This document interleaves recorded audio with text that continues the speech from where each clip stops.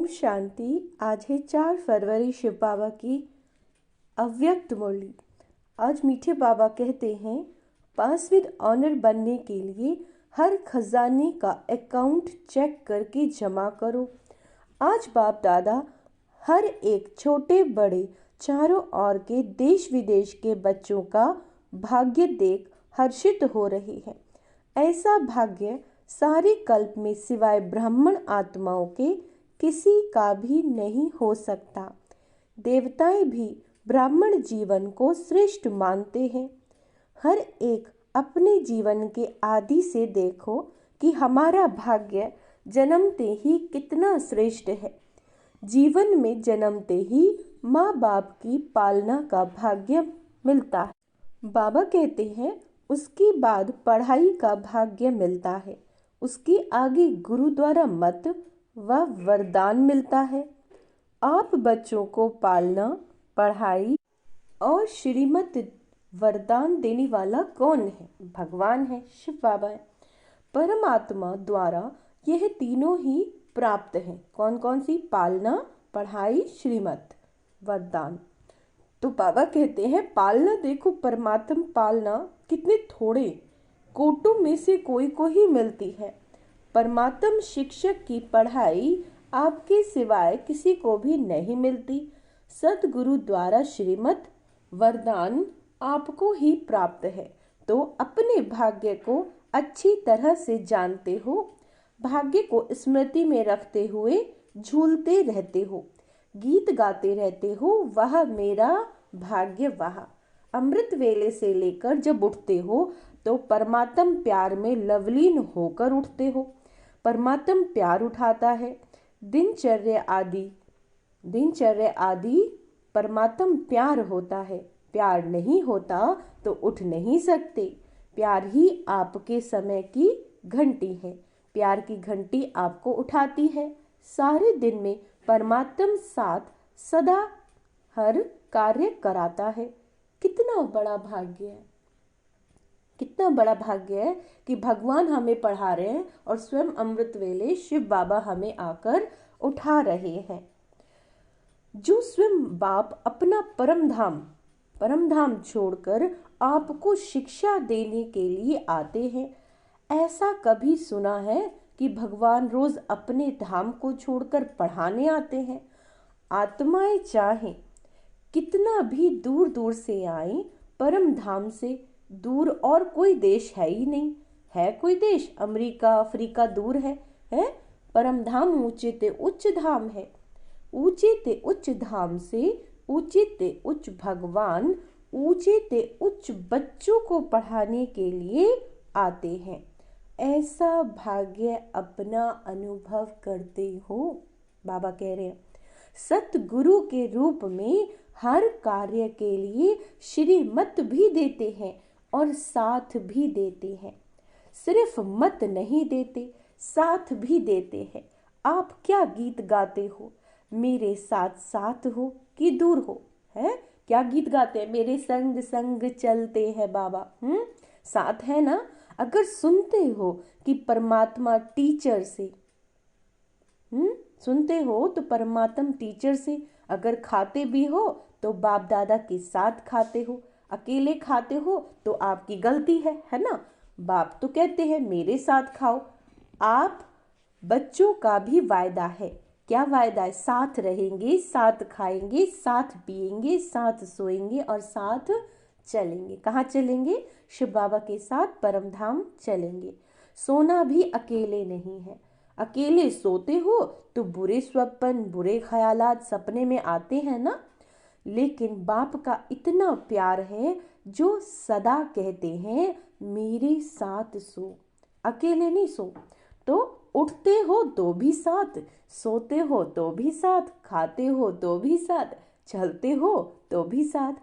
अगर दफ्तर में भी जाते हो, बिजनेस करते हो तो बिजनेस के आप ट्रस्टी हो, लेकिन मालिक बाप है ना। दफ्तर में जाते हो तो आप जानते हो कि हमारा डायरेक्टर बॉस बाप है। यह निमित्त मात्र है, उनके डायरेक्शन से काम करते हैं। कभी उदास हो जाते हो तो बाप फ्रेंड्स फ्रेंड्स बनकर बहलाते हैं।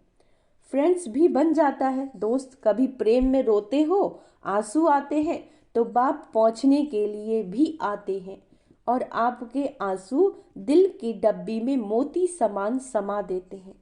अगर कभी कभी नटखट होके रूठ भी जाते हो, रूसते भी हो, बहुत मीठा मीठा, लेकिन बाप रूठे हुए को भी मनाने आते हैं। हाँ बाबा, है ना। तो बाबा क्या कहते हैं, बच्चे कोई बात नहीं, आगे बढ़ो, जो कुछ हुआ बीत गया, भूल जाओ, बीती सो बीती करो, ऐसे मनाते भी हैं। तो हर दिनचर्या किसके साथ, है ना, बाप दादा के साथ। बाप दादा को कभी कभी बच्चों की बातों पर हंसी भी आती है। जब कहते हैं बाबा आप भूल जाते हो, एक तरफ तो कहते हो कंबाइंड है, कंबाइंड कभी भूलता है क्या? जब साथ साथ हैं तो साथ वाला भूल सकता है क्या? तो बाबा कहते हैं शाबाश, बच्चों में इतनी ताकत है जो कंबाइंड को भी अलग कर देते हैं। है कंबाइंड, है ना, और थोड़ा सा माया कंबाइंड को भी अलग कर देती है। बाप दादा बच्चों का खेल देखते यही कहते हैं, बच्चे अपने भाग्य को सदा स्मृति में रखो। अच्छा होता क्या है, बाबा पूछ रहे हैं, होता क्या है? सोचते हो हाँ मेरा भाग्य बहुत ऊंचा है, लेकिन सोचना स्वरूप बनते हो, स्मृति स्वरूप नहीं बनते हो। सोचते बहुत अच्छा हो, मैं तो यह हूँ, मैं तो यह हूँ, मैं तो यह हूँ बाबा, है ना, सुनाते भी बहुत अच्छा हो, लेकिन जो सोचते हो, जो कहते हो, उसका स्वरूप बन जाओ। स्वरूप बनने में कमी पड़ जाती है, हर बात का स्वरूप बन जाओ। जो सोचो वह स्वरूप। सोचा I am a point of light, मैं बिंदु हूँ, तो उस स्वरूप में बाबा कहते हैं स्थित हो जाओ। वह स्वरूप भी आप अनुभव करो। सबसे बड़ा है अनुभवी मूर्त बनना। अनादि काल में जब परम धाम में है तो सोचना स्वरूप नहीं है, स्मृति स्वरूप है। मैं आत्मा हूँ, मैं आत्मा हूँ, ये भी सोचने का नहीं, स्वरूप ही है। आदि काल में भी इस समय के पुरुषार्थ का प्रारब्ध स्वरूप है, सोचना नहीं पड़ता, है ना। मैं देवता हूँ, मैं देवता हूँ, स्वरूप है। तो जब अनादि काल आदि काल में स्वरूप है, तो अब भी अंत में स्वरूप बनो। ठीक है, स्वरूप बनने से अपने गुण शक्तियां स्वतः ही इमर्ज होते हैं। बहुत गहरी लाइन है। जैसे कोई भी ऑक्यूपेशन वाले जब अपनी सीट पर सेट होते हैं तो वह ऑक्यूपेशन के गुण कर्तव्य ऑटोमेटिक ही इमर्ज हो जाते हैं। ऐसे आप सदा स्वरूप की सीट पर सेट रहो तो हर गुण, हर शक्ति, हर प्रकार का नशा स्वतः ही इमर्ज होगा, मेहनत नहीं करनी पड़ेगी। हाँ बाबा, इसको कहा जाता है ब्राह्मणपन की नेचुरल नेचर, जिसमें और सब अनेक जन्मों की नेचर्स समाप्त हो जाती है। ब्राह्मण जीवन की नेचुरल नेचर है ही गुण स्वरूप, सर्व शक्तियां स्वरूप, और जो भी पुरानी नेचर है वह ब्राह्मण जीवन की नेचर नहीं। कहते ऐसे हो कि मेरी नेचर ऐसी है, लेकिन कौन बोलता है मेरी नेचर, ब्राह्मण या क्षत्रिय? वह पास्ट जन्म के स्मृति स्वरूप आत्मा बोलती है। ब्राह्मणों की नेचर, जो ब्रह्मा बाप की नेचर, वह है ब्राह्मणों की नेचर। तो सोचो, जिस समय कहते हो मेरा नेचर, मेरा स्वभाव ऐसा है, क्या ब्राह्मण जीवन में ऐसा शब्द मेरी नेचर, मेरा स्वभाव हो सकता है? अगर अब तक मिटा रहे हो, पास्ट के नेचर इमर्ज हो जाती है, तो समझना चाहिए इस समय मैं ब्राह्मण नहीं हूँ, क्षत्रिय हूँ, युद्ध कर रहा हूँ मिटाने की। तो क्या कभी क्षत्रिय कभी ब्राह्मण बन जाते हो? कहलाते क्या हो, क्षत्रिय या ब्रह्म कुमार? कौन हो? क्षत्रिय कुमार हो क्या? ब्रह्मा कुमार ब्रह्मा कुमारियां, दूसरा नाम तो है ही नहीं। कोई को ऐसे बुलाते हो क्या कि ये क्षत्रिय कुमार आओ, ऐसा बोलते हो, या अपने को कहते हो कि मैं ब्रह्मा कुमार नहीं हूँ, मैं क्षत्रिय कुमार हूँ। तो ब्राह्मण अर्थात जो ब्रह्मा बाप की नेचर, वह ब्राह्मणों की नेचर। यह शब्द अभी कभी नहीं बोलना, गलती से भी नहीं बोलना। न सोचना क्या करूं मेरी नेचर है, ये बहानेबाजी है। यह कहना भी अपने को छुड़ाने का बहाना है। नया जन्म हुआ, नए जन्म में पुरानी नेचर, पुराना स्वभाव कहाँ से इमर्ज होता है। तो पूरे मरे नहीं हैं, थोड़ा जिंदा है, थोड़ा मरे हैं। क्या ब्राह्मण जीवन अर्थात ब्रह्मा बाप का हर कदम वह ब्राह्मणों का कदम हो। तो बाप दादा भाग्य को देख खुश हो रहे हैं, है ना, कितना श्रेष्ठ भाग्य है। उस भाग्य के आगे यह बोला अच्छा नहीं होता। इस बारी मुक्ति वर्ष मना रहे हो ना, क्या क्लास कराते हो मुक्ति वर्ष? तो मुक्ति वर्ष में 99 में आना या 98 का वर्ष मुक्ति वर्ष है। जो समझते हैं यही वर्ष मुक्ति वर्ष है वो हाथ उठाओ। देखो, हाथ हिलाना बहुत सहज है। होता क्या है, वायुमंडल में बैठे हो ना, खुशी में झूम रहे हो तो हाथ हिला देते हो, लेकिन दिल से हाथ हिलाओ, प्रतिज्ञा करो कुछ भी चला जाए लेकिन मुक्ति वर्ष की, बाबा कहते हैं प्रतिज्ञा मुक्ति वर्ष की ना जाए, ऐसी पक्की प्रतिज्ञा है। देखो, संभाल के हाथ उठाओ। इस टीवी में आवे या न आवे, बाप दादा के पास तो आपका चित्र निकल रहा है। तो ऐसे ऐसे कमजोर बोल से भी मुक्ति, है ना, कोई भी कमजोर संकल्प नहीं करना है। बोल ऐसे मधुर हो, बाप समान हो, सदा हर आत्मा के प्रति शुभ भावना के बोल हो, है ना। बाबा कहते हैं युक्ति युक्त बोल होने चाहिए, साधारण बोल भी चलते फिरते होना नहीं है, कुछ भी नहीं बोलना है।